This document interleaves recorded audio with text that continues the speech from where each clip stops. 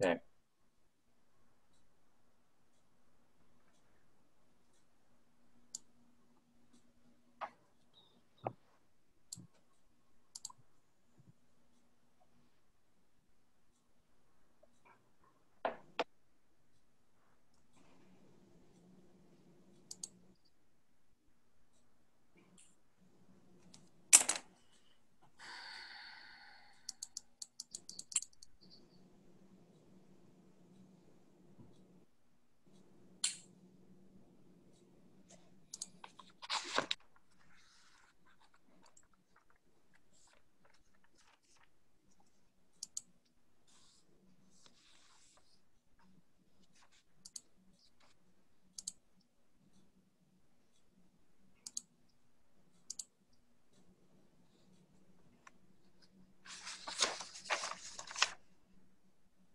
Okay, does it look like everyone's connected? I'd like to welcome everyone that's in on the meeting. We hope that everything goes good tonight with the audio and video. We'll call the meeting to order. On to item 2 on the agenda. Are there any items to be added by unanimous consent? I would like to add fire services protection for Point Cover.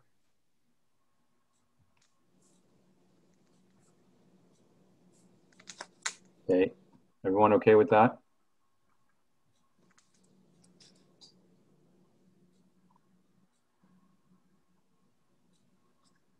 Alvin, you're okay? Yep. James? Yep. Gilbert, you're okay with that?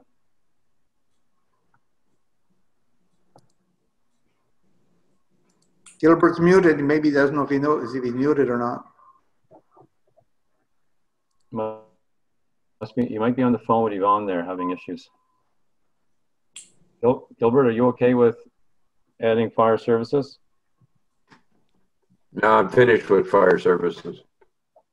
Yeah, hello. Yeah. This Yvonne? Oh my. Okay, thank you very kindly.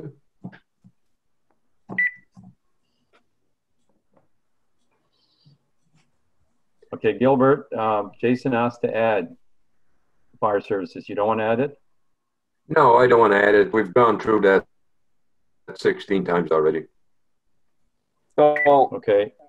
So Councillor Bushley doesn't feel the need that the residents, the businesses, and anybody who's employed in Point Cover deserves to know what's going on with fire services there? I think they've already been told that 50 times. That should be enough.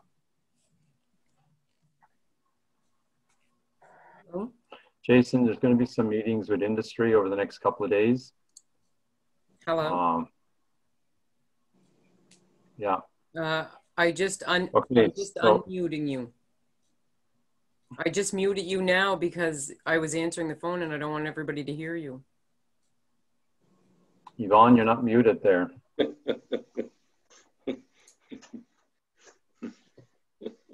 Okay, I'll need a motion. I don't know if Gilbert's having trouble with the audio.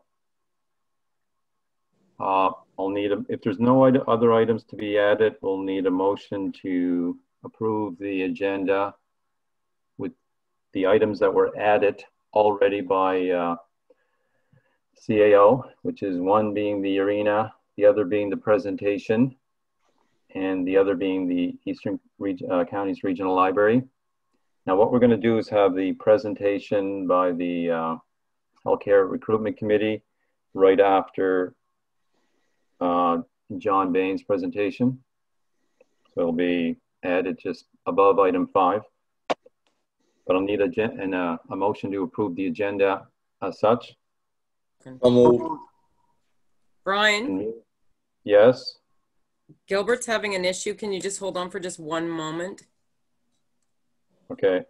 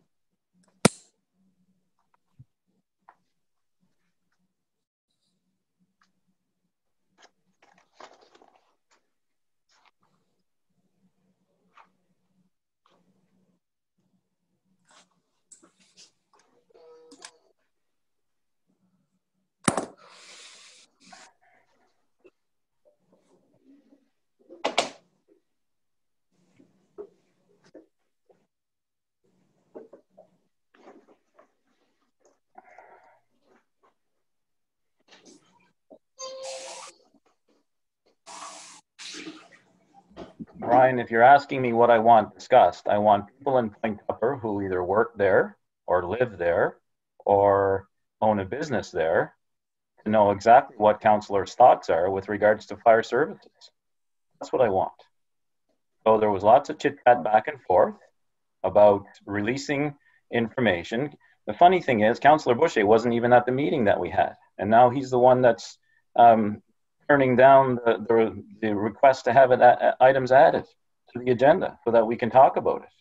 I'd like to make a motion about it, but obviously I can't do that.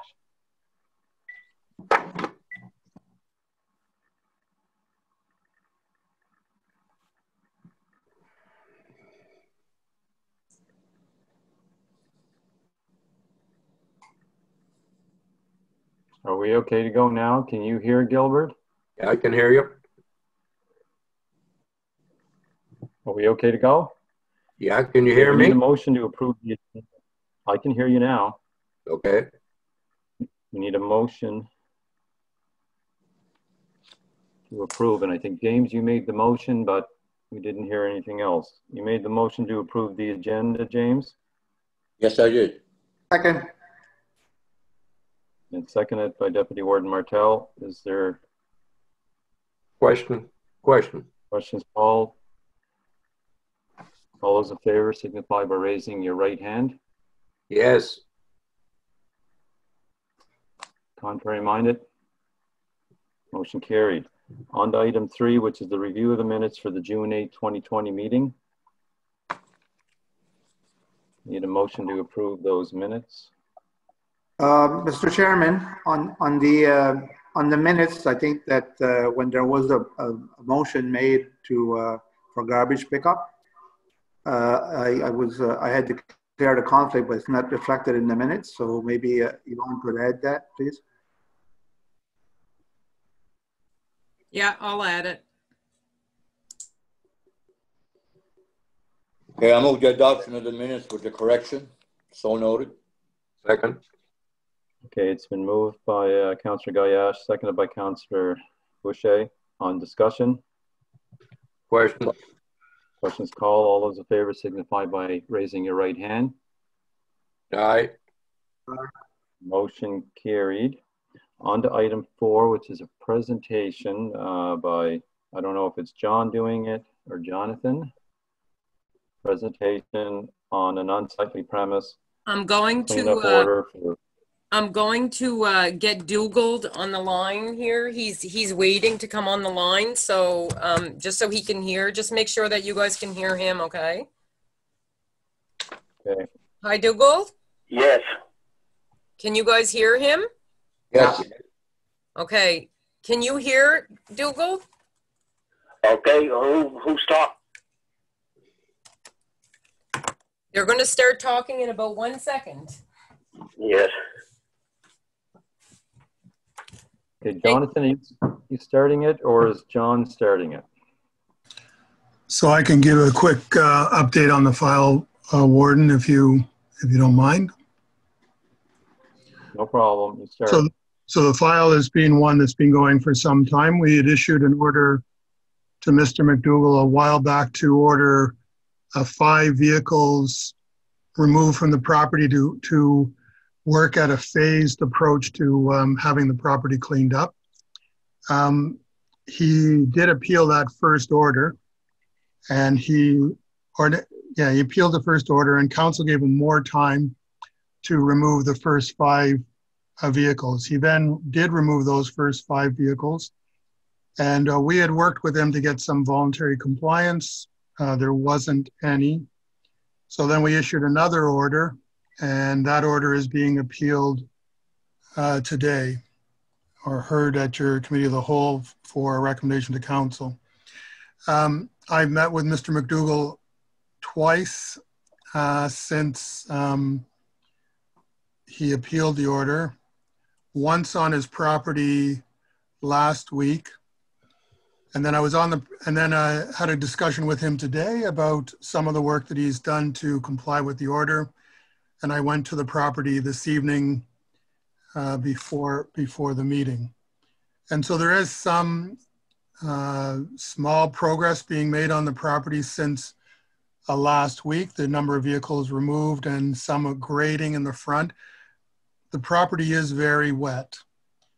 And so that's one of the concerns that he's had all along. And there is a fair bit of fair number of vehicles and a fair bit of debris to be removed still. Mr. McDougall has said to me today that he's going to start working towards getting that removed, removing some vehicles daily. I think in his appeal, he didn't say how much more time he needs, but I think it would be reasonable to give him some more time to voluntarily comply with the order as opposed to us doing it. Got any questions about the file? I'd be happy to answer those. Is there any questions from any members of council? Yeah, Warden.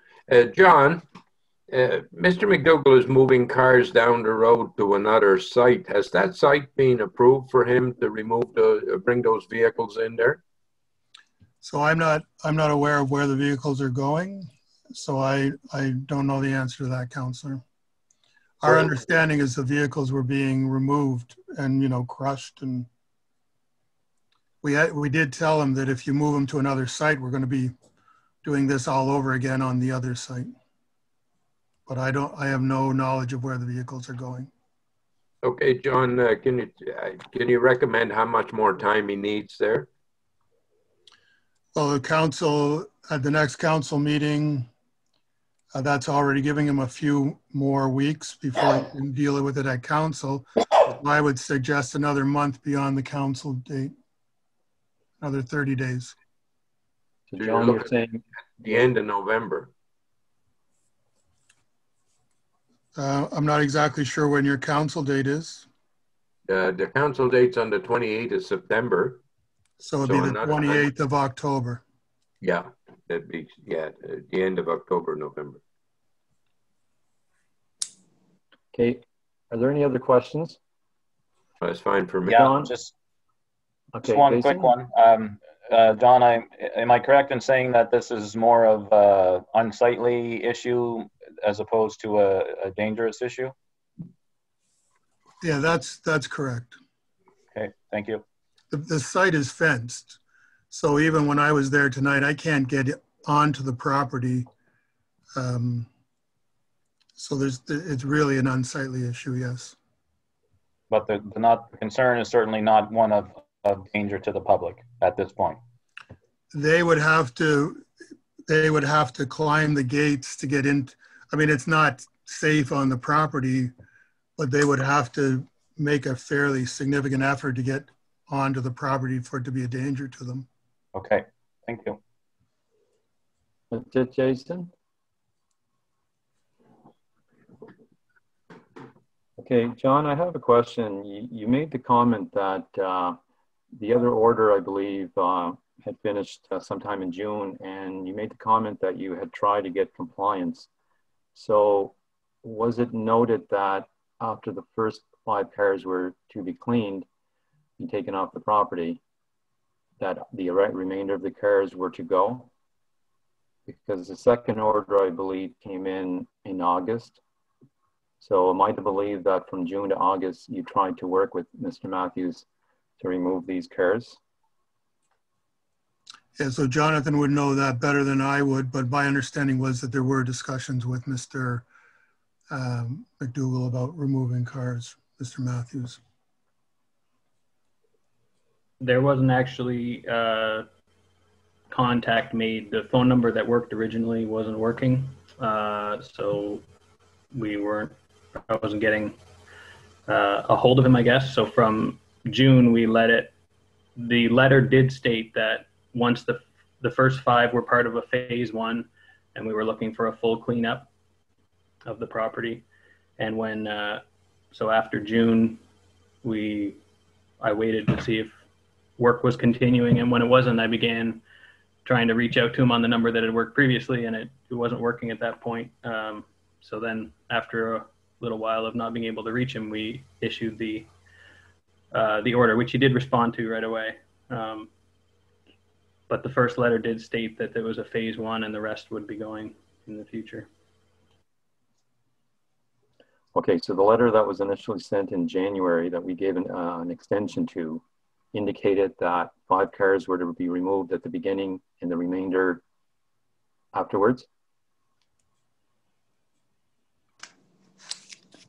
Correct. Okay. Mr. Warden, I'm going to make a motion now. Okay, well, Councillor Boucher, we're just going to give Mr. Matthews the opportunity to speak to this if he wants to. Maybe he's okay with the recommendation that the Plan Commission has given, but Yvonne, maybe you can let Dougal speak. Ready, Dougal? Yes, like hard to hear at times, but. Can you guys hear him okay? Yep. Yep. Yeah. I can. When I got the paper put on the fence at the property, I moved the cars for the deadline in June, and I spoke to the gentleman from Antigonish, and I asked him, if you couldn't get my number, if you couldn't find me, I said, the municipality office, because I had to call people and tell them I moved the 5 cars, with my new number, and he could have left a note or mailed a letter to me. He has my mailing address, because the day he put the paper on the fence, he left one in the mailbox that day to tell me what he was doing. But if he would have let me know ahead of time what was what, I could explain to him what I was doing. I was clearing off property and trying to get ready. And then up there on the road, they were paving and putting culverts in. I couldn't even put stuff up to the road to get hauled to the dump, because they were working on it. And the buddy that I got to take the cars, he wasn't going to be waiting 20 minutes going and 20 minutes coming back down, because he didn't know when he was going to call, and sometimes there's no service in different areas. And my plan was to move everything way before this ever happened. And I believe this has something to do with a family problem that people are trying to make trouble for me. And I will try to find out one way or another, I hope, because this is not fair. But I plan to do what I said, and I mentioned it long ago before this ever happened to me with a letter. So maybe they know that I'm doing what I'm planning to do, that someone's trying to put a stop to me. But I am going to be moving as much as I can, and I still got to get myself ready for winter, but I will move it all. I just need time. And I tend to tear the building down, salvage what I can that's there, and I will be moving the cars as soon as it's hard to get ready with the record at the moment, but as soon as I can move stuff over and get ready for them to haul, I will. But I will do it. I just need time. Okay, are there any questions for Mr. Matthews? Okay, Dougal, I have one question. The recommendation that came from the Planning Commission is to give you till October 28th. Do you think that's enough time? No, I don't think it is. Because, like, I got other things I got to get done too, to get ready for winter, and that is, you know, and I will be working every day hauling stuff as the weather's up to it. And as soon as I get everything cleared as I'm going, I will get ready with the record to take the car, or take 2 or 3, whatever I can. Okay, John, should we give a little more time? Is Councillor Boucher prepared to make a motion with a little more time, or? I don't know how much time I need, because I can't, like, I had this society and this, I was in an accident disclosure, and how I'm doing all right so far doing stuff, but I have to fight myself sometimes 2 hours, 3 hours to get out and do stuff. So it's not a good thing. It could happen to anybody at any time, and people got to realize this stuff. But anyway, so would November 28th be? Sorry, John. So, well, I would recommend you leave the October date, and we'll reassess. And if there's progress made to the October date, then give me the flexibility to extend that to a November date, so that, you know, so that would still be an incentive to work towards the October date. but also at the same time, if council would give me the flexibility to do a reassessment, then I can decide at that time if there's, you know, if there's progress being made, then we can give them some more time. But with a purpose of going to the October date in the first place. That'd be my recommendation. Okay. I'll make a motion to accept Mr. Bain's recommendation to the end of October, and it to be reassessed by Mr. Baines at that time. Okay, there's a motion on the floor by Councillor Boucher that we go with the recommendation of the Planning Commission and have the deadline be set for October 28th, and that the Eastern District Planning Commission has the ability to extend that based on their analysis, I guess, if there is progress being made in this cleanup. Do I have a seconder for that? Second. It's been moved by Councillor Boucher and seconded by Deputy Warden Martel. On discussion. Question. Questions called. All those in favor signify by raising your right hand. Aye. Aye. Contrary minded. Motion carried. Okay, thank you, John and Jonathan and Dougal. Thank you. We're on to, I guess, what I'll say is an item 4A, which is the presentation by the Cape Breton South Health Recruiting. I think, Maggie, are you making the presentation, or Dorothy? Hi, yes, I'm here. I'm just going to try and share my screen, see if I have access.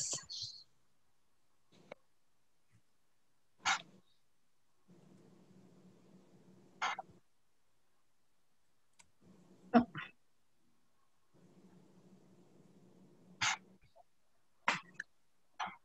I don't think I have access quite yet to share my screen.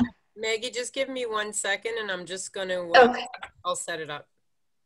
Okay, thank you.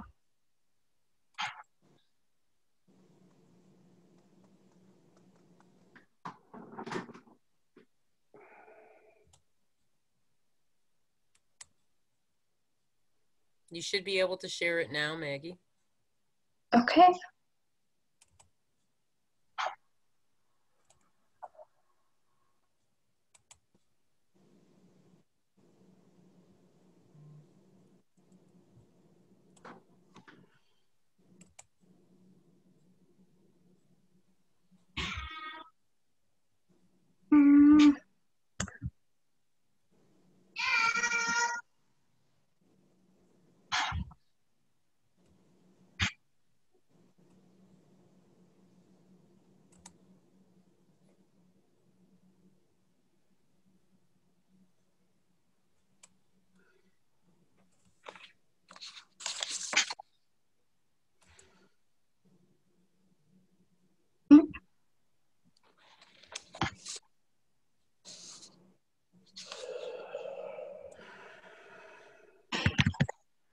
Okay, can everyone see that? Yeah. Okay. Okay, so I just wanted to thank everyone for having me here this evening and joining you. This is gonna, I assume most of you know about the Cape Breton South Recruiting for Health group. It's still quite new for me, so it might be kind of a reintroduction. So the group was formed last January. Our mandate of the group is to focus on the healthcare recruitment and retention in the Straight Richmond area, ensuring our community members have access to the healthcare needs they require.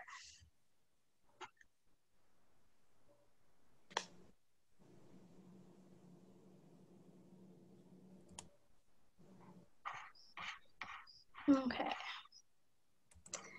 So we actually have around 36 members of our group. So some of the representatives we have are from the following organizations. So I'll just list some, they're not all here, but the Town of Port Hawkesbury, Municipality of Richmond County, Straight Richmond Hospital, the Dr. Kingston Memorial Community Health Center, St. Anne's Community and Nursing Care Center, the Straight Area Chamber of Commerce, Cape Breton Partnership, Potlatech Health Center, Continuing Care Nova Scotia, Island Gateway Medical Clinic, the Arishack Clinic, Richmond Villa, and other physicians and health professionals in the area. So this group has made some pretty big strides from being so new and just starting in January. So one of the first tasks they have completed is hiring a new healthcare recruitment navigator. So this is when I joined the team. I started at the end of July. So what made me interested in this position was my past experience for advocating with communities for better accessibility. So my background is the support worker side of healthcare, and I worked a lot with adults with disabilities.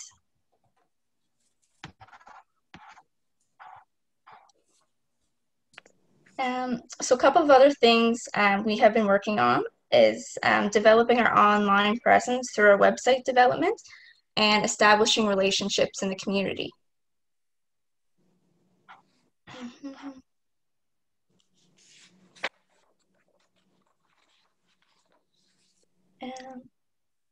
So we are very close to launching our website this month. We've hired a Vibe Creative Group to help us build our online presence. Our goal was to create something that would showcase our communities and what living in Straight Richmond area looks like. So the website will be a great resource to gather information on the area. People will be able to view job postings related to healthcare and events. So it's another place where physicians will be able to contact me directly.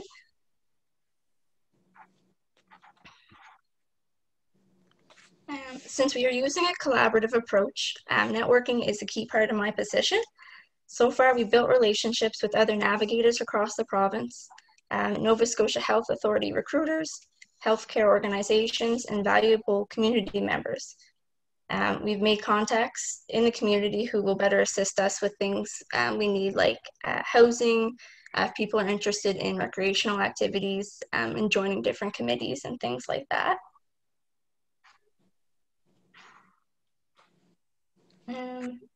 I just incorporated a quote from Victoria Macaulay. So she's our recruiter for Nova Scotia Health in the Eastern Zone, kind of just saying, you know, her value of my position. So like I said, thankfully, I'm not alone. Nova Scotia has a lot of other navigators. So I made a map here that points out a few. So I believe I'm the only one in Cape Breton, and then we have some as far as Yarmouth. So some are very new to the role. There's another girl who joined, and Anna Ganesh has actually just put out a notice that they'll be hiring one as well.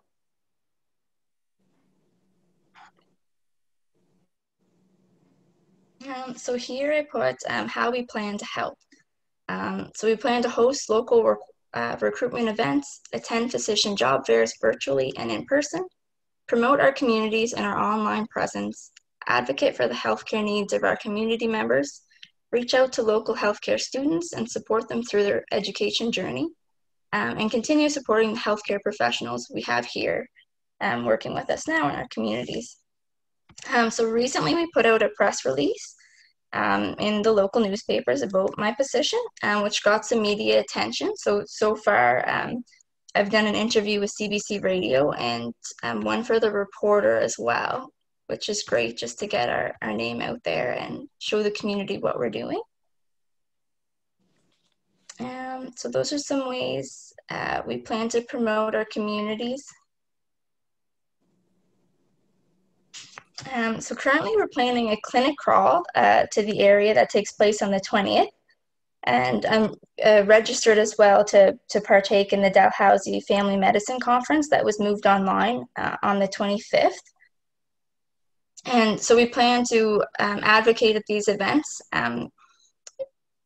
show off the education systems we have to offer, our low cost of housing, activities we have year round, lots of things. So this page I put how municipalities can get involved, but since both are already working with us, I just kind of wanted to take this minute to thank you for your support so far in our recruitment efforts, and you know, everything you do, and continuing to support us as well.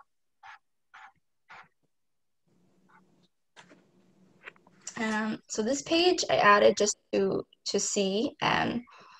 So although our focus is committed to recruitment and retention of all healthcare professionals, we do see a need right now for family physicians in the area. So this is a list that I did with some of the family physicians and where they work. You can see a lot of them kind of cross over and help each other out at the Straight Hospital there. And then Nova Scotia Health is actually hiring 4 new positions, so 2 in Richmond County and 2 in the town of Port Hawkesbury for full-time family doctors.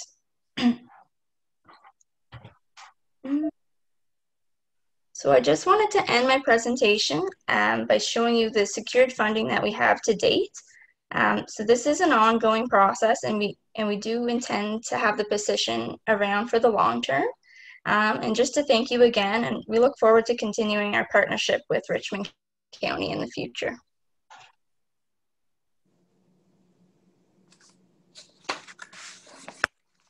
That's it for me. If there's anybody who has any questions. Oh, there we go. Thanks, Maggie, Yvonne. Are there any questions from anyone? Yeah, Maggie, the number of yes. Can you hear me? I can. Yeah. The number of physicians that you showed on the screen for Richmond and the Strait area, is that a full slate of physicians that the province will allow, or is there a room for more physicians to come into the Richmond Strait area? So there is room for more, but I might let Dorothy take that question over. She may be able to speak a little bit better to Nova Scotia Health's rules on that, if she's here.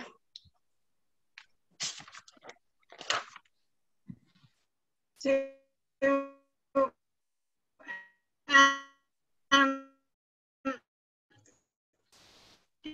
I think you're breaking up a little bit there.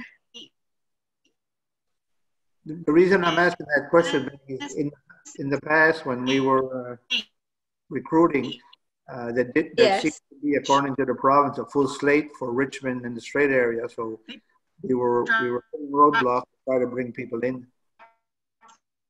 Okay.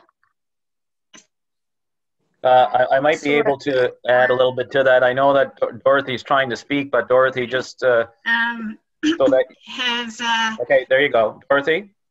Oh, there we go. Hi, we couldn't actually hear you at all, but I think we got you now. So go ahead.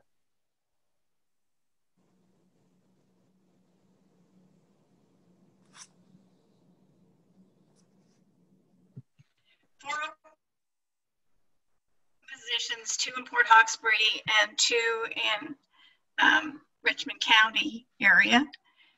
So I think some of that is based on the fact that there are probably imminent retirements, and there is a question about whether some or one in particular physician is leaving the area in the spring.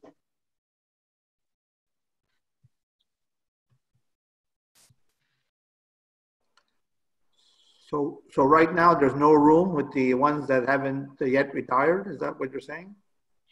No, there are 4 open positions that we can recruit for at this moment. Okay, well that's good. That would be good to have a full slate. So Dorothy, if another physician leaves in the spring, does that mean there will be 5? Or no, are they kind of... I think what they're counting on is that it takes a long time to get a physician in an area. So they're giving us some lead time to actually recruit for here. Okay, good. So it will still be at 4. Any other questions? I just have a comment that certainly the committee has done some fabulous work. If you look at the progress to date with the presentation tonight, it looks like they're making tremendous gains in an area where it's certainly needed here in Richmond and the Strait area for sure. So the committee and the people that sat around the table and made this possible and need to be commended for doing that. Thank you. And if I could just jump in there and add a comment as well. You know, I do sit on the committee, and I know we started back in January, which seems like eons ago. In the pandemic world, it seems like so long ago, but really it's not that long. And to think about all of the work that was done when we started, and the conversations, and just really seeing things come to fruition, such as Maggie's position and the work that Maggie does. You know, I do get to see it on a bi-weekly basis when we're having our meetings, and it's something that I think everybody should be very proud of.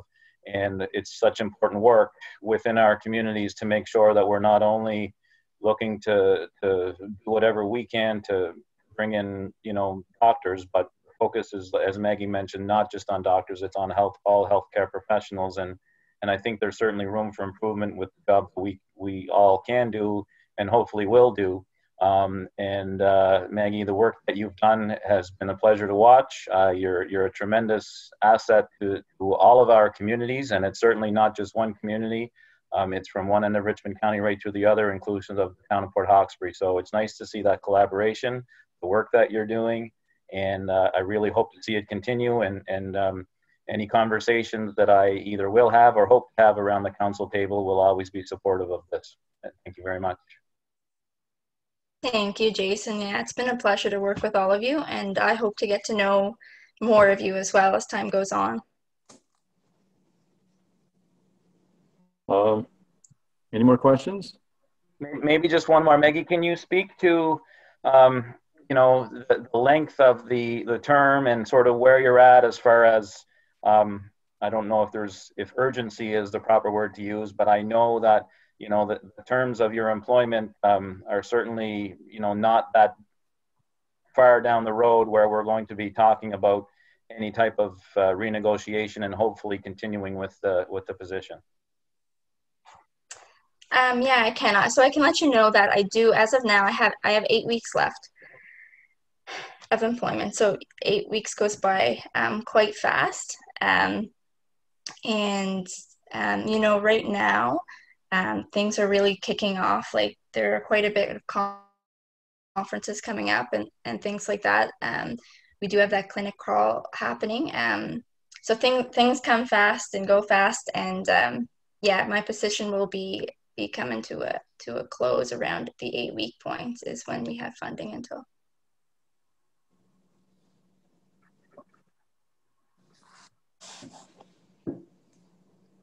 Any more questions? Meg, I just have a question. You're saying the Dalhousie conference is September the 5th? September 25th, sorry. 25th, it is all online. That's all online. Yep, it's all online.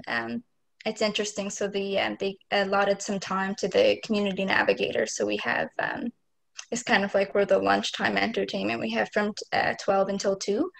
So it'll be set up as we'll have our own designated room, I guess, so people can drop in and out. And we basically teach them or inform them about what our communities have to offer and answer any questions. It's mostly a question and answer platform we'll be doing. Okay, so you won't be making a presentation and then questions? Not so much a presentation. I have something kind of running in the background, just showcasing the area more or less and answering any questions. Okay. Yeah. There's no more questions. Thank you very much, Dorothy and Maggie, for the presentation. And wish you luck on the 20th. Thank you. Okay, you guys are welcome to stay if you want. Moving on to item 5, which is correspondence. We have some correspondence from Talil. I can read it. The question was about the virtual meetings, but I will read just for the audience. It's a letter dated September the 2nd, 2020. It's from the chair of the Talil board, Alistair Jollymore. He says, "Dear CAO and councillors of the municipality of the County of Richmond, I am writing to you to open dialogue between council and Talil about the restart of covering municipal meetings. We of course understand that the past few months have been a learning curve for everyone, but with things evening out, we hope to be able to come to a new understanding. Talil is trying to help with the open transparency that Council has been working on over the past number of years. If the meetings are held or being held virtually, we do not expect to receive compensation for airing the meetings. We strongly believe that the citizens of Richmond County are missing hearing for themselves the discussions around the table. You all know that a percentage of the population of Richmond County may not have access to internet and may find it difficult to go on the website to read the minutes and such. So they rely on others for information, and that sometimes can lead to misinformation. As you know, Talil is a key partner in the communication economic network for Richmond County, and we want to continue working in conjunction with Council. We hope you understand and agree with us airing the video conferences and can continue with the new arrangement moving forward until we can return to an in-person meeting. We believe Talil will continue to provide valuable service to the people of Richmond County. And it's signed Alistair Jollymore. So we have Talil in this evening, and I guess we'll try to continue that for the next meeting. I don't know if anyone wants to comment or you want a motion, but Talil is in this evening. If Cora wants to speak, maybe we can unmute her if she wants to say anything.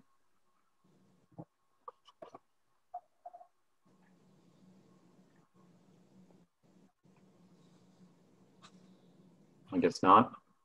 Yeah, I'm here. Okay, so Thank you, Brian. Yeah, no, okay. I just want to know that, yeah, we're here and whatever we can do to be able to air the videos. I mean, I think everyone will have to be understanding that there's always going to be technical issues.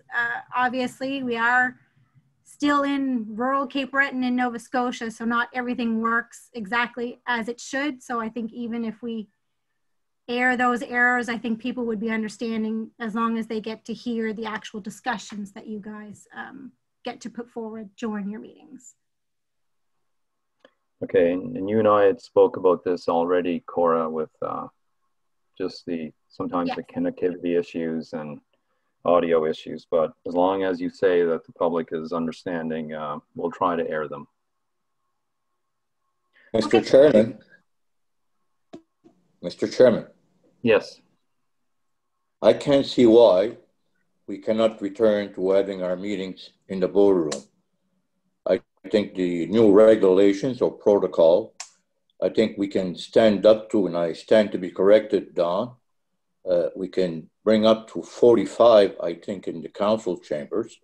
It's just a matter of rearranging the seating in the council chambers and allowing the public in up to a certain number of people. And I think the maximum is 45.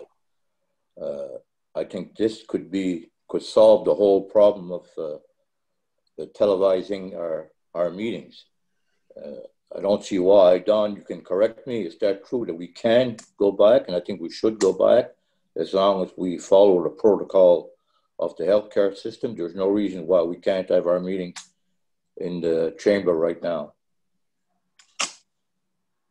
The province did indicate that we may hold our meetings, if we like, in person. Notwithstanding that, if we don't do that, then obviously we would hold them virtually. We would have to rearrange the council chamber, and as you stated earlier, we do have a limit of 45, but there certainly wouldn't be, we wouldn't be able to have 45 people in there and conform to the regulations set down by the province. So we would probably rearrange it to a certain number. I'm not really sure how we could do that. Just measure, I guess, and put seats where they need to go, and then we could just let in people as they come, and then stop. Reach our limit. I think it's worth a try, because I don't think I ever seen 45. It doesn't happen too often that you have 45 people from the public attending our council meetings.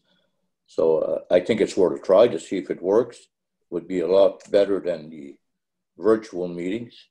And I think it's time that we try to do something. And if it doesn't work, then we revert back to the virtual meeting. That's all. Councillor Gayesh, we had a discussion this morning, a couple of us, and CAO and I, And the reason with wanting to go virtual tonight was because we weren't sure of how many. We heard there was a lot of emails and requests. We were going to put it on our website. So we didn't know how many were coming. So we didn't want to be turning people back at the door with potentially having a limit or to limit the number of people coming in, because we're not sure. Initial numbers we had were 10, and we thought with 5 counselors and 2 staff and Talil in there, that would limit who could come in. So, you know, over the next week or 2, maybe we can make a decision for the September 28th meeting, and we can decide to have that one in person or virtually. But we'll continue to look at the numbers and the protocol that the province sets, and maybe we will have it in person. But we'll keep the public informed anyway somehow for that. Okay. So I don't believe we need a motion. If we have it virtually, Talil will be in as they are this evening. Can you do a combination? Can you do a combination? Well, the combination would be if we had it in person, Talil would do as they always did, record the meeting, and then they would air it the days that they normally do air it. But that limits the number of people who can actually ask questions. Well, we never have a big number of people at the council chambers, and I don't know how many people are on this virtual council meeting tonight. I'm sure there's not 45. No, there's 35 right now. It's showing in on the meeting. 35. Okay, 35. Yeah. That means if we look at our chamber and see if we can, and I don't think you're going to get 35 at our meetings, every meeting we have in council. I'm saying we try it. If it doesn't work, we revert back to the virtual council meetings. It's just that people have to understand that we're into a pandemic, and that's why we're going virtual. I don't like it. I'd rather have it where we go into council chambers and the public have a chance to come in and view the meetings, and Talil has a chance to televise our meetings. And I think that's very important for the public, for the seniors that can't attend these meetings, either virtual or in public. So that's why we have Talil broadcast our meetings. And I'm just saying it's worth a try. If it doesn't work, we go back to the virtual council meetings. It's just a matter of giving it a chance. Because now the protocol has changed and the regulations have changed. You're allowed up to 45 now. If we can accommodate 25, then I think that's great. So nobody knows where we're going to be, and obviously there's lots of talk of a second wave, which basically means that we could be in the very same position that we're in now in the very near future. So I don't see any reason why, when we are recording these meetings, that a copy couldn't be provided to Talil for them to televise. So based on that, I would like to make a motion that any of our committee of the whole meetings and our council meetings be shared with Talil so that they can put it on their station so that the viewers can stay informed. I put that in the form of a motion. I'll second that. It's been moved by Councillor McLean that the recording for our meeting, and the intent was that this meeting would be shared with them this evening. Corey and I spoke about it. So it's been moved by Councillor McLean that we share the audio and video for this committee of the whole meeting with Talil, and seconded by Councillor Boucher. On discussion. On discussion, I'll vote on the motion, yes, if we still go with the possibility of having our meetings in the chambers for the next meeting on a trial basis. If it doesn't work, I agree with the motion. Let's do it. Question on the motion. As I said, we'll decide over the next week what we're going to do. Well, that's as long as we look at it. I agree with the motion. Nothing wrong with the motion. Yeah. Okay, it's been moved and seconded. On discussion. Questions been called. All in favor signify by raising your right hand. Yes. Motion carried. Okay, on to correspondence for information. And I believe we received 2 thank you notes from Jocelyn Boudreau and Brianna Clennon, thanking us for the bursary that was provided to them, I guess, back in June. On to item 6, review of the checks issued in June, July, and August. If there's any questions, we can email. I do have a question I'd like to ask about the check. Okay. So on June 18th, 2020, there was a check issued to Cox and Palmer for $9,324.86. Can I ask what that was for?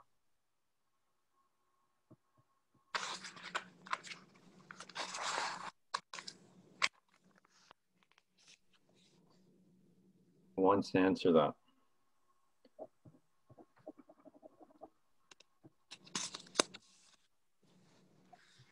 I can get those details to you tomorrow. So we don't know what that was for currently? Well, not all. It's a list of checks. Off the top of my head, I got a pretty good memory, but that one there is not ringing a bell. I mean, Cox and Palmer only appeared in our statement, as far as I'm aware, once. Yeah, well, normally Jason will just email you. We'll email you a response. Yeah. Oh, I'm not happy with that. This is taxpayers' dollars that have been used to pay off a lawyer.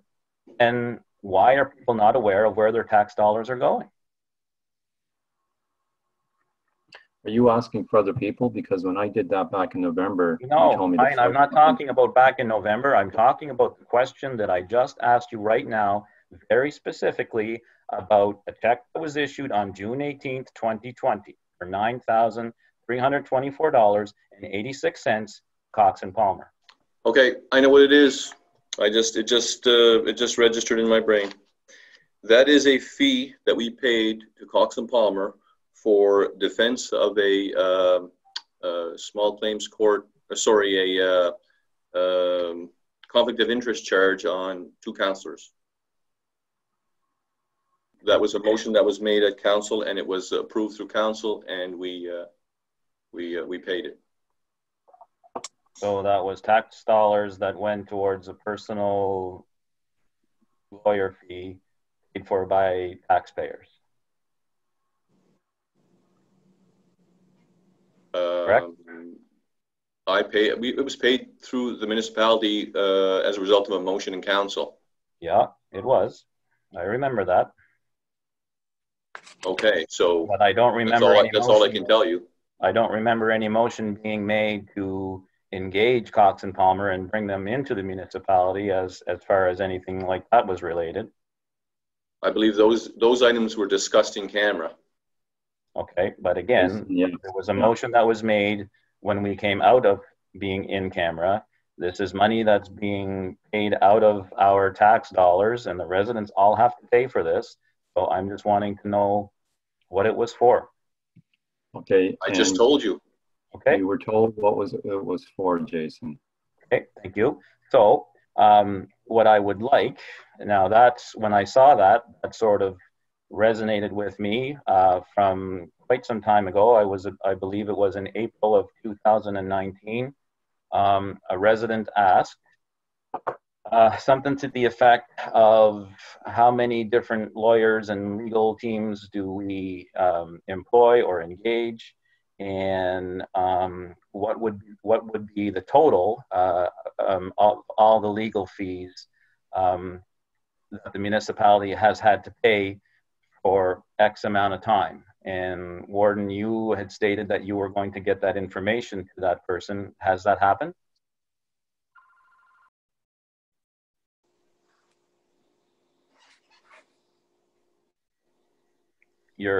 Warden, you're muted.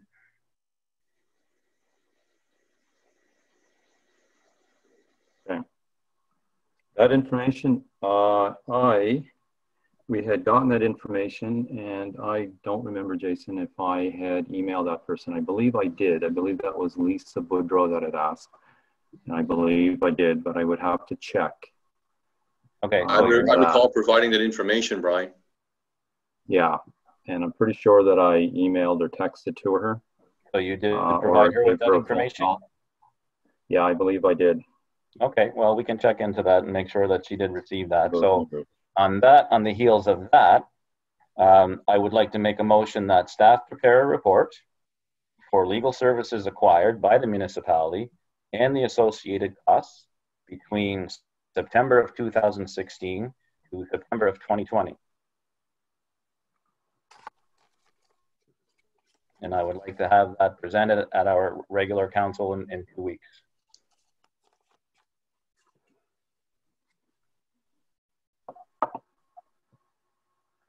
Okay, is there any seconder on that?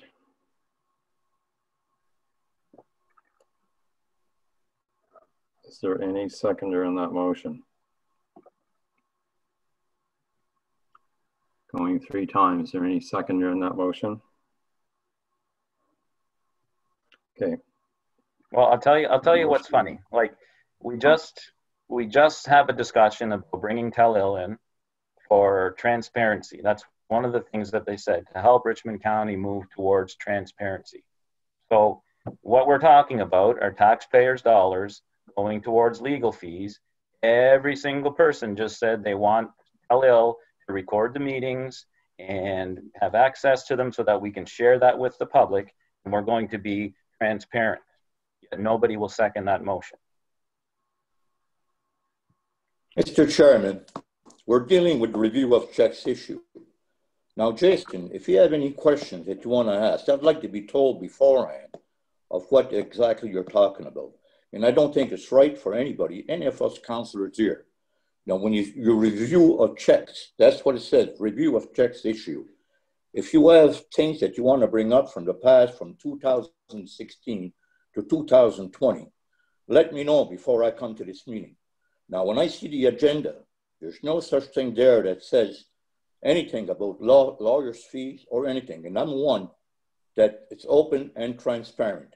If there's any member of the public that wants any information as far as legal fees or anything they want to find out, just give me a call at home and I'll get the answer for them. That's why I'm there as a councillor. So what's I don't intend to come here. We're talking about reviews of checks issue. And this has got nothing to do with review of checks issue. There's no checks issue 2016 to 2020 on this list. You're wrong. It certainly does have something to do with checks issued, because you just saw at the beginning of this meeting what happens when I try to get an item added to the agenda. It's not the first time that I got shut down, and we're starting to run out of time for me getting shut down when I try to add items to the agenda. So don't come and say that I just need to have a conversation with you or anybody else, because that doesn't happen. If you want me to call you, James, if you want me to call you to have an individual conversation, I'm not doing that. Our meetings are here for all of us to be on the same page so that we're talking about the same issue and the same discussion all in one. That doesn't happen either. Came to Jason with the items added. I got no problems with adding items to the agenda. Fire services in Point Tupper, we dealt with this. You were at that meeting. We had numerous meetings after that. Port Hawkesbury was at that meeting. We know exactly where we stand, exactly what the motion was made. You were there at that meeting. And why do we have to bring up the same item over and over again? We're bringing up the same item.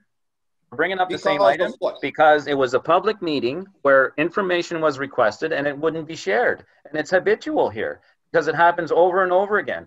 And it's not the first time that I wanted to have something added to the agenda.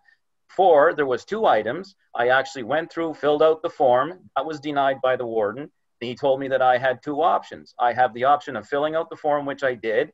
And then he said, well, your other option is to get unanimous consent. And that went to all of one council before that got shut down, just as it did tonight. Jason, I don't intend to go to meetings and be repetitive and repeat the same thing every meeting I go to. I go to one meeting. If we agree, we made a motion as a council. That means that council agreed. What we agreed to one meeting, I don't want to repeat the same thing over and over again at every meeting I go to. I don't know how much time you have, but the time I have, and I don't have to waste it. Even though I got nothing to do, I have lots to do, and it's my time. I don't want to repeat every time I go to a meeting, come back with the same information. We dealt with this issue when was there a motion? When was there a motion about the fire services in Point Tupper? As a matter of fact, the motion was not a motion. It was a meeting requested by Port Hawkesbury and Richmond Council that we met, and we made a motion, as a matter of fact, at a council meeting where we dealt with the fire services, that we agreed to pay a certain amount of money. And then it was turned over, and Port Hawkesbury came back with an agreement they wanted us to sign for a different amount than what we had agreed with at our council meeting. Then subsequently, because we refused it, and we went with fire services with a fire department in Richmond County, not that we denied any fire services to Point Tupper region, we said, yes, we will supply fire protection to Point Tupper, and we did. And just the reason why we didn't want to pay the amount of money that Port Hawkesbury wanted us to pay does not mean we're not providing fire services.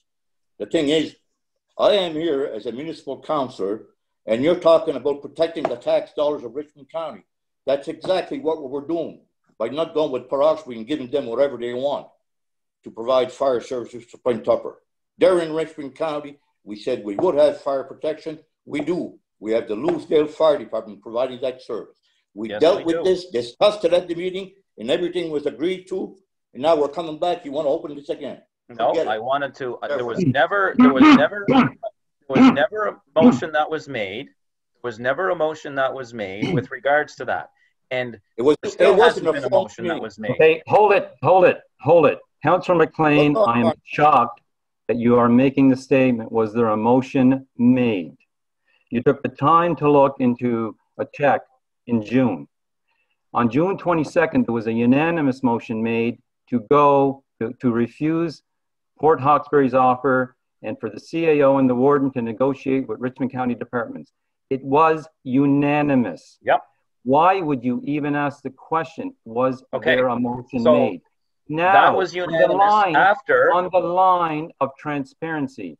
That was unanimous after the fact that I said my priority and my first item here is that we offer town of Port Hawkesbury rate that they had last year at the $50,000. So I said we check with the town of Port Hawkesbury, see if they are willing to do it, because I'm sure everybody can agree the most efficient way to provide fire services to the people and the businesses in Point Tupper are by the people who will get there the fastest. They are going to provide the most efficient way of offering protection there. But we did not go to the town of Port Hawkesbury. That is what I said the first time. So when that wasn't going anywhere and the rest of council said, Chairman, absolutely not, we're not going there, you run out of that option, what do you do? Mr. Chairman, we're not dealing with this issue. Yeah, Jason, I guess you kind of got what you wanted to speak of fire services. I'm very shocked at what you're saying, that it was after the fact. You wanted to offer 50. You're here, you're there, you don't even know what you want. The meeting June 22nd was to decide if we're accepting Port Hawkesbury's offer. The meeting of June the 1st is where we made the decision in the motion to offer them $50,000, not June 22nd. Offer who $50,000? Jason. Offer who $50,000? Okay. Port Hawkesbury. So when they came back with the 75, was that negotiated? Exactly. It was did we not. Offer, they did not negotiate. Did we offer, after the $75,000, did we go back to them and ask them if they would do it for $50,000? After the 75, did we go back to them and ask them if they would do it for 50? That's a yes or no question. Is that how you negotiate? That's a yes or no question. Mr. Chair. No, we didn't. Were we supposed to go with Port Hawkesbury and ask them that? Was it our obligation at that point, Jason? Well, if we're trying to operate under the best, whatever the best interest is for those people in Point Tupper, then yes, we should have. Is it our obligation to go and ask them? There are issues with transparency here. You hide behind releasing public information on a regular basis, and it's brutal. Well, why don't we talk about a May 22nd, 2019 meeting that you had with Municipal Affairs, if you want to talk about hiding things, Jason? Want to talk about that? I'm not interested in talking. I'm playing your games about going back with all of this stuff. There are two things that I wanted to speak to tonight, and here we go. This is not playing games. Oh, it absolutely is playing games, because it's just shifting from the focus of what we're talking about right now to go to something else. I'm not interested in that right now. Okay, talk about fire services. So after June 22nd, was that motion made to go and speak to Port Hawkesbury about doing it for 50,000? Did you make that motion? No, I asked you, did I make a motion, Brian? I'm asking you if we negotiated with the town of Port Hawkesbury, go with the $50,000 after they came to us with an ask of 75. Did we speak to them before we spoke to Louisdale? Well, there was no motion made to do that. Exactly. Is that what you wanted us to do? Is that what you wanted us to do? That's what I'm saying, Brian. Did you want us to do that? You didn't make no motion. I mentioned in our meeting.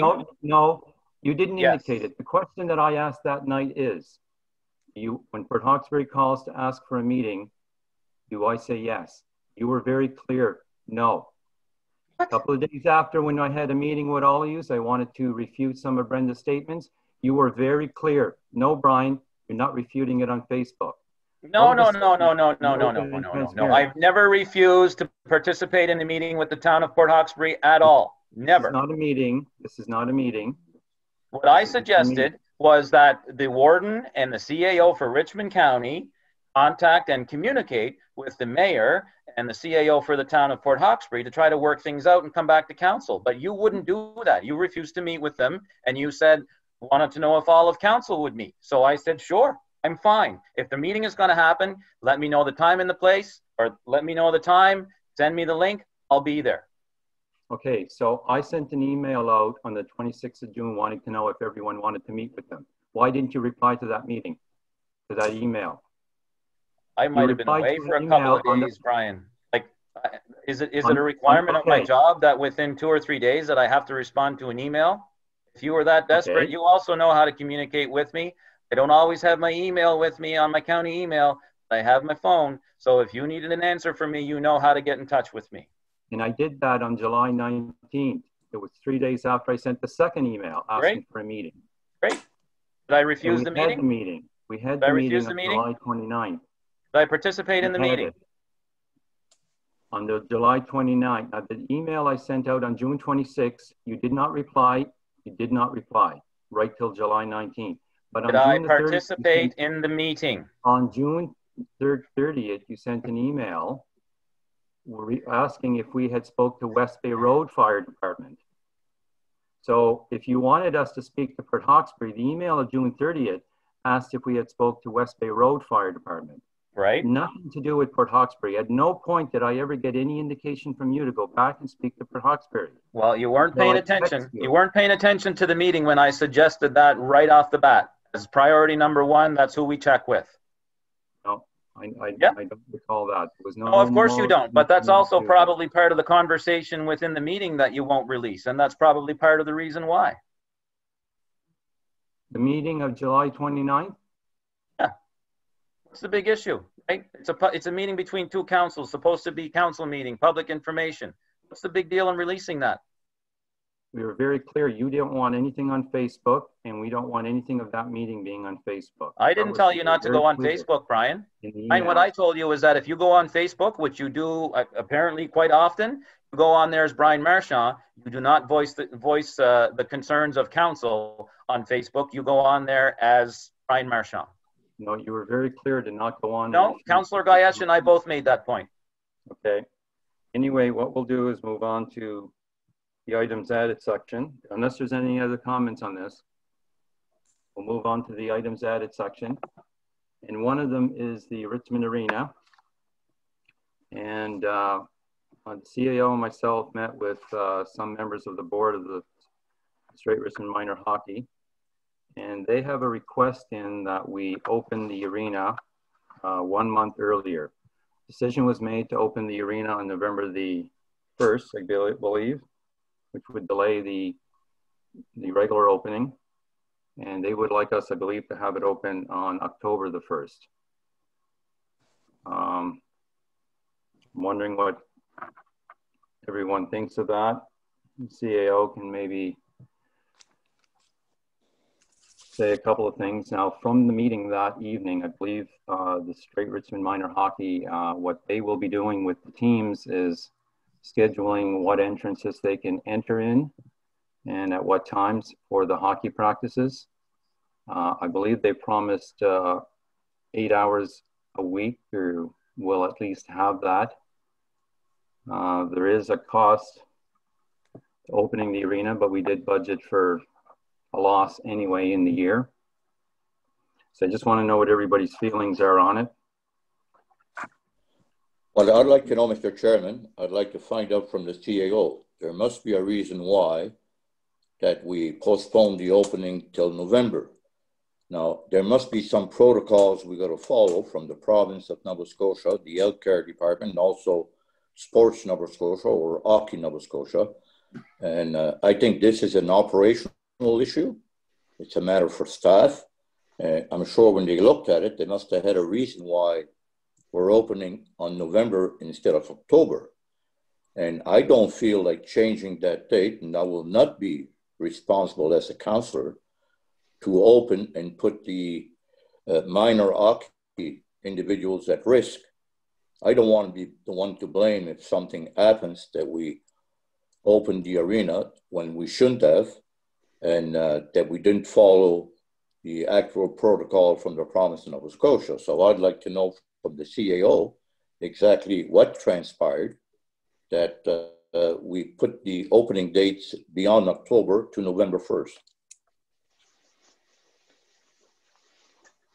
Okay, I can shed a little bit of light on that for sure. I was in discussions with a couple of the senior managers, Laurier and Chris, regarding the arena. We basically discussed several issues that influenced our decision. Obviously, we were concerned about the room that was available in our arena for hockey players to come in and get prepared to go on the ice and at the same time follow the rules related to the pandemic, which was 6 meters social distancing. We also were concerned about some of the items in the report, or I guess in Hockey Nova Scotia's plan to reopen these types of facilities, where they said that they were going to maintain social distancing on the ice as well. So we sort of kind of looked at those two items first of all, and decided that it was going to be very difficult to determine or to really enforce that. And how can you play any kind of hockey or anything on the ice, practicing our skills and maintain that 6 foot of distance? So that was one issue that we looked into. We were also concerned in the health and safety of our staff. We have three staff there. We have no replacement for those staff, and no one else has been trained in order to take a place of any of those staff members if in fact they decide that they feel unsafe and that they want to leave the arena. And of course there's the idea of people coming into the facility that would also be exposed if something was there.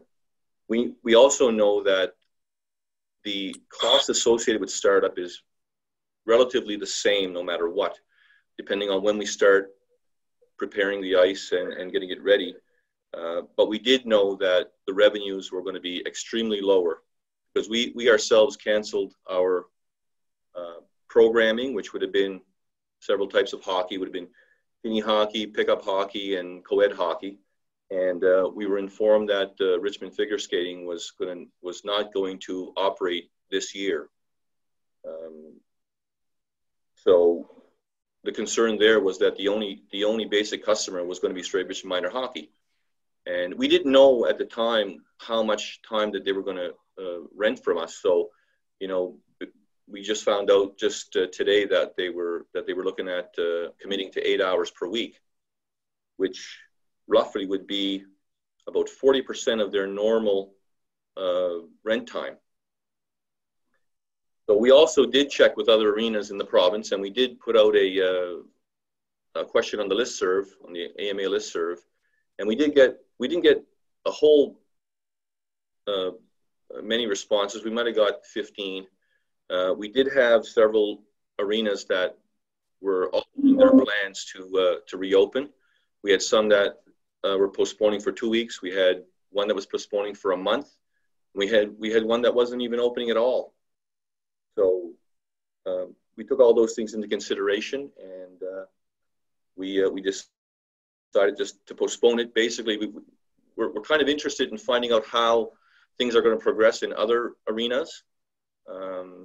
You know, we don't want to break any rules, and we don't want to get in trouble for doing something that we're not supposed to do. And we all know how difficult that can be in these times. And we all know that, you know, when the hammer goes down, we may, I don't know, get in trouble perhaps and be reported and have some public negativity against us. After the agenda went out, Laurier brought me a letter that was sent from the Recreation Facilities Association of Nova Scotia, was sent to Dr. Strang and Stephen McNeil, and they were requesting, it's dated August 24th, and they were requesting that that the province reduce the restrictions on the number of people that are allowed in a facility of this nature, arenas, for example. And they were hoping that the province would reduce the restrictions to have no social distancing in these facilities. The limit still remains at 50 for these types of facilities. So it's 50 with social distancing. And their request is that the social distancing be lifted, so that it allows these facilities to have basically full reign in involved sports and interactive hockey. And that was sent to the province in August. And obviously that a decision hasn't been made on that yet, but in speaking with the folks from Straight Richmond Minor Hockey, they did say that there was going to be an announcement coming soon. And for some reason, someone, I think today in the office, told me that Stephen McNeil was going to present a change to the protocol within the next week or so. So these are the reasons why we postponed the opening, hoping that things would change for the better. And if not, we would be closed and not incurring the huge expense and jeopardizing the health and safety of patrons and the employees, and just seeing what the outcome would be, just taking it sort of slowly instead of quickly. Thank you. Any other comments or concerns? Someone want to make any motions or what? I mean, what we can do, like Don, what are you suggesting? Is it, should we have it open, or should we remain closed, or have further discussions with? Because we need 2 weeks to have this up and running for October the 1st, correct? Well, what happens is the workers have to go in there and they have to prep the floor, because the floor has been over the years soaked with brine, and it's very difficult to get the ice to adhere. So they got to do a general cleaning of the concrete surface and prepare a few other I guess pieces of equipment to get the ice started, and that usually takes around 10 days to 2 weeks. And then from there, when they start doing the ice and start preparing for it, it's roughly between 7 and 10 days before the ice is complete. And I think what they do is they give it a couple of days after that to let it really, I guess, I'm not going to say cure, I don't know what the true word is, but they prepare it even further for usage. So we're looking at probably from start to the end date is probably a month. So when we call the workers, roughly a month after, it's pretty well ready to go. And right now we've informed the employees that they are going to start on the I think it's the 5th of October, which is a Monday. Did you say they're going to start? We've informed them, yeah, that we would start on the 5th of October. And Yeah, Mr. CAO, what is the recommendation from the Public Works Director? Well, it's not so much a recommendation, but he was involved in the discussions when we decided to postpone it for a month. He and I and Laurier, the recreation manager, discussed it. Well, I think I'm willing to make a motion that we discuss it. We delay the opening for a month. Well, the opening is already delayed till just sent out in an email till November the 1st. Right now, my motion will be to November the 1st. I guess my what I'm going to say here is that in the event that things change, so if the Premier and Dr. Strang come out next week and say we're going to lift the restrictions on social distancing in these types of facilities, well then, as far as I'm concerned, we're ready to go, and we can begin on a moment's notice. Barring that, I think it's good to see what others are, what's happening with other arenas, and of course the true impact of schools beginning and things like that will show itself within the next 2 to 3 weeks. Yeah, and I agree with you. We set the date now, but if we can get there a couple of weeks early, that's fine. That's depending on what Dr. Strang recommends. And we can reevaluate then once that announcement is made. Yes. The Straight Richmond Minor Hockey, Don is saying that by October the 12th, they'll be using all of their ice time that they normally use. So that's into the second week of October. Yeah, I think the comments was that they could manage with getting booked ice time at the Civic Center up until the middle of October, I believe. Okay. Correct me if I'm wrong. I don't know the exact date, but so we can delay it then till October the 12th. The opening. That's up to you. I'm just waiting for you guys to instruct me. So we would start the prep sometime October the 1st, and you could be ready for the 12th. No. It's going to take approximately 2 weeks to prep the concrete, and then another 7 to 10 days. Yeah. 24 days ready.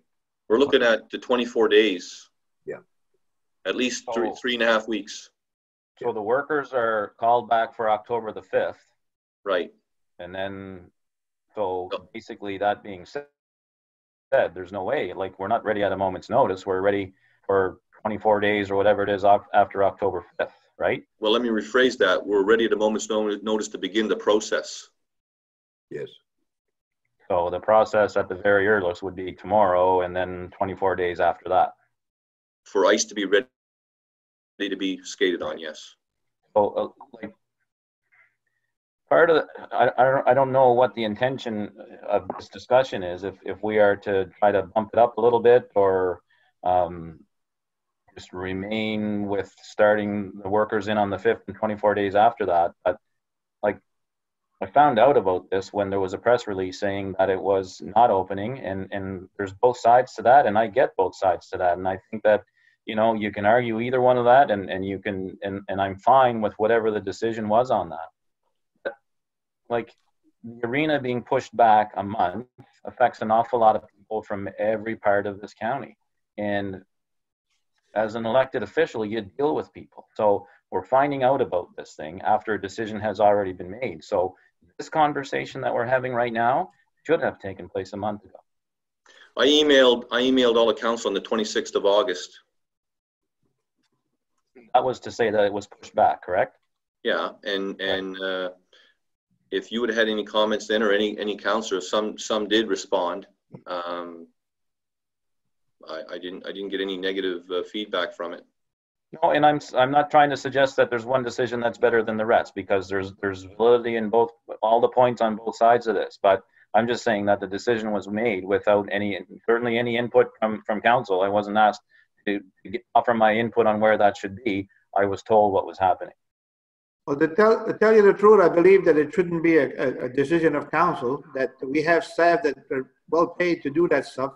And as they deal with the the concerns of the province and the medical examiner, they should be able to decide when and if the arena is going to be open. And I don't think we need to make it a decision of council. I've got all kinds of inquiry about the arena, and my response to them was that it was a staff decision because they're in charge.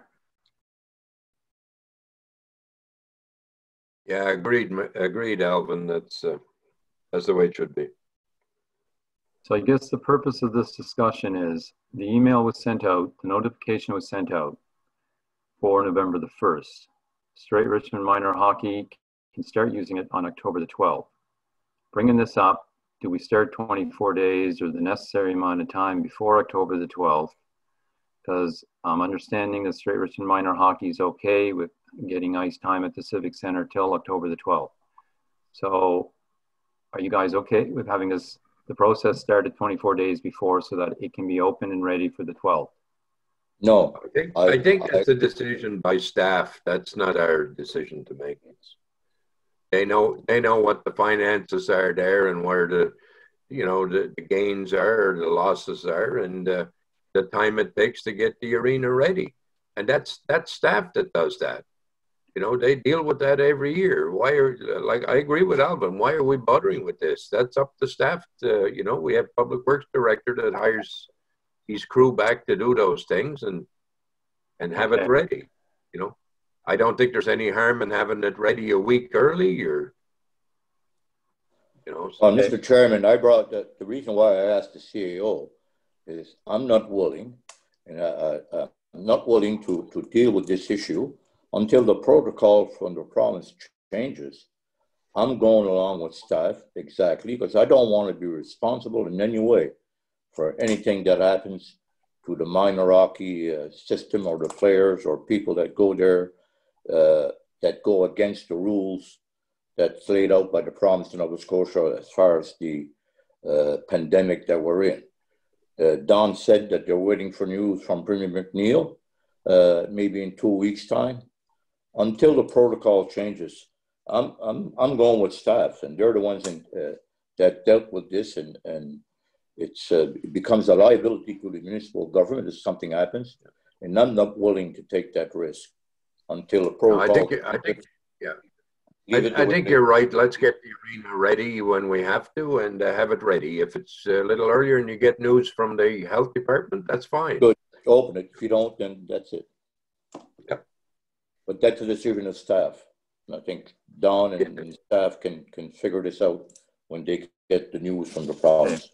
So is everyone okay with staff making the decision to prop it and open it on the day they deem? Yeah, I am. Right. Good. Yes. I agree. Alvin, Jason, are you okay with that? Yes. Okay, Don, you're okay with that? So you guys will make the decision? Okay. Yep. Okay, so we'll move on to the next item added. Don't know, Don, are you going to be speaking to this from the Eastern County Regional Library? Well, I just received the correspondence today. What I can tell you, though, a little bit of background.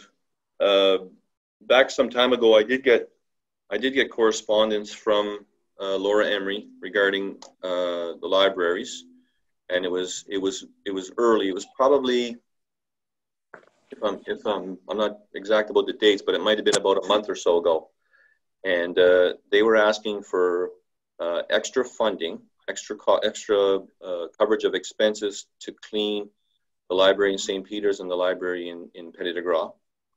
She indicated to me that the director at La Picasse was going to get in touch with me to discuss costs associated with that, and that she would, not the director at the Picasse, but Laura would also get some costing for the facility in St. Peter's. So at that time, the janitor that was doing the work, I think she was an employee of the Eastern Counties Regional Library, and she did not want to do the cleaning anymore.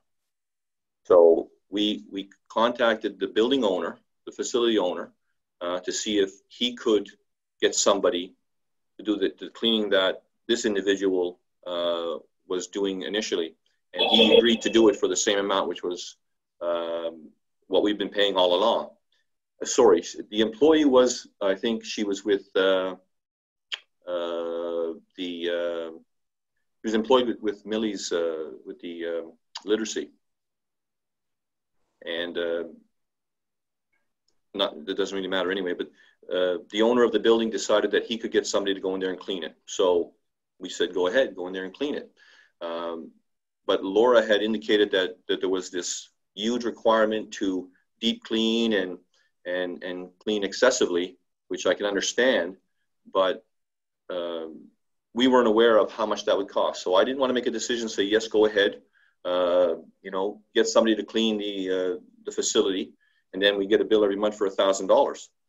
So I was under the impression that perhaps someone was going to tell me how much it was going to cost, but I didn't get that. In the meantime, the director at the PICAS called me, and I discussed it with her, and I said, you know, basically what we're obligated to do is pay the quarterly amount that we're in contract with La PICAS to take care of that facility, and I said that we would not be doing any extra cleaning over and above what we contracted them to do. They were doing some extra cleaning, and that was on their own. So then I didn't hear anything from anyone, and then this letter came in today.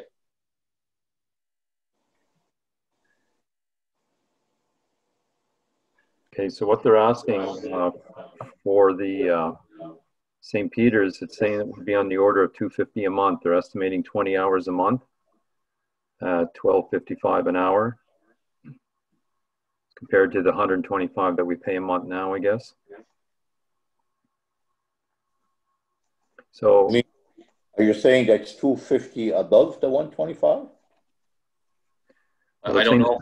The total cost of cleaning and disinfection to be $250 a month. Above the $125? I would say it is. Well, I think there's a possibility, Don, you can get more information on this and see what that $250, exactly what it means, what it comprises of. I mean, $250 that's not a big library, and I don't know how many patrons are utilizing that library right now with the pandemic going on. So I'd like to get more information on this. I think it's pretty vague what you got there. They're just asking a figure and no details to back it up.